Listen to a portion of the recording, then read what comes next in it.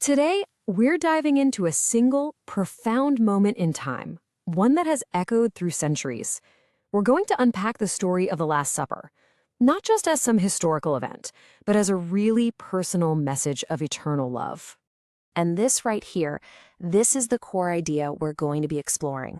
This single sentence frames the entire thing, not as something that happened way back then, but as something deeply personal to you. It's a pretty powerful thought to hold on to as we get into what happened that night. So let's go back to that night. To really get a feel for the significance of what happened at that table, we first have to understand the world that was closing in around it. I mean, just try to imagine the atmosphere in that room. And we're not just talking about it being late at night. It's this palpable sense of dread, of turmoil just around the corner. For everybody there, the stakes could not have been higher. And the threat wasn't some vague, far-off danger. No, it was immediate, and it was intimate. Betrayal was literally standing at the door. Can you imagine the tension that adds to this gathering? And yet, in the face of all of that, the image we get is one of community, of quiet composure. He chose to spend these last moments with his closest friends, creating this little pocket of peace right in the eye of the storm. Now, this is so important to get. This wasn't something that was just happening to him.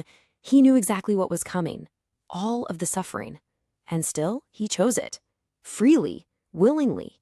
You know, that choice, that willingness in the face of certain pain, well, that changes everything. Okay, so let's zoom in on the central actions of that night.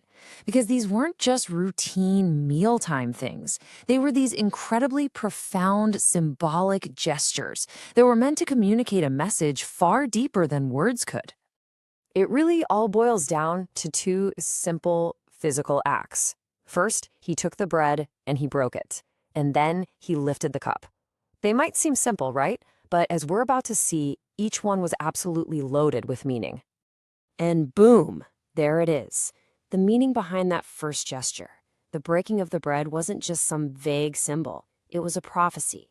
It was a clear physical demonstration of the sacrifice he was about to make. And he flat out tells them who it was for you. And the cup was the same deal. It was more than just a symbol of his blood.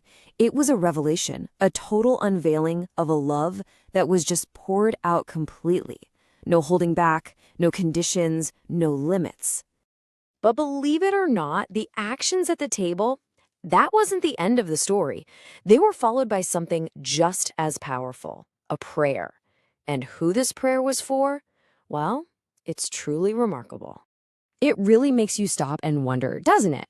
What kind of love is this? I mean, after seeing someone face their absolute darkest hour and still focused entirely on other people, you just have to ask about the nature of that love. Well, this chart pretty much says it all. Take a look at this breakdown. In his moment of immense personal crisis, his prayer wasn't for himself at all. 0%. It was entirely for others, split 50-50 between the disciples right there in the room and all of us who would come later. So you have to realize, this wasn't just some quiet little prayer whispered in a room. This was an appeal with cosmic significance.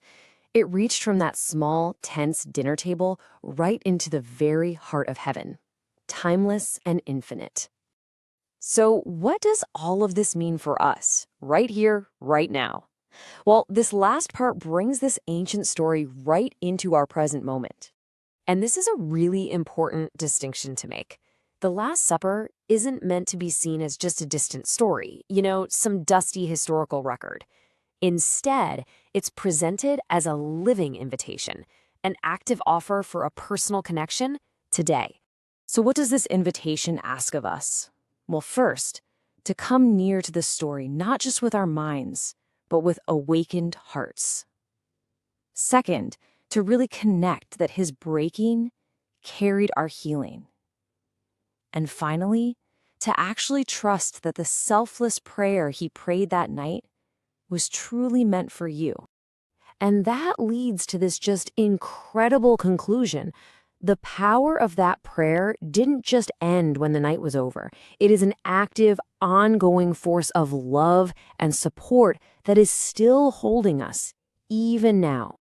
So we're going to end right there with that final thought, because it shifts the whole focus from just learning about an event to really considering what it means for you personally. If this story is truly a living invitation, the real question isn't about history. It's about your response today.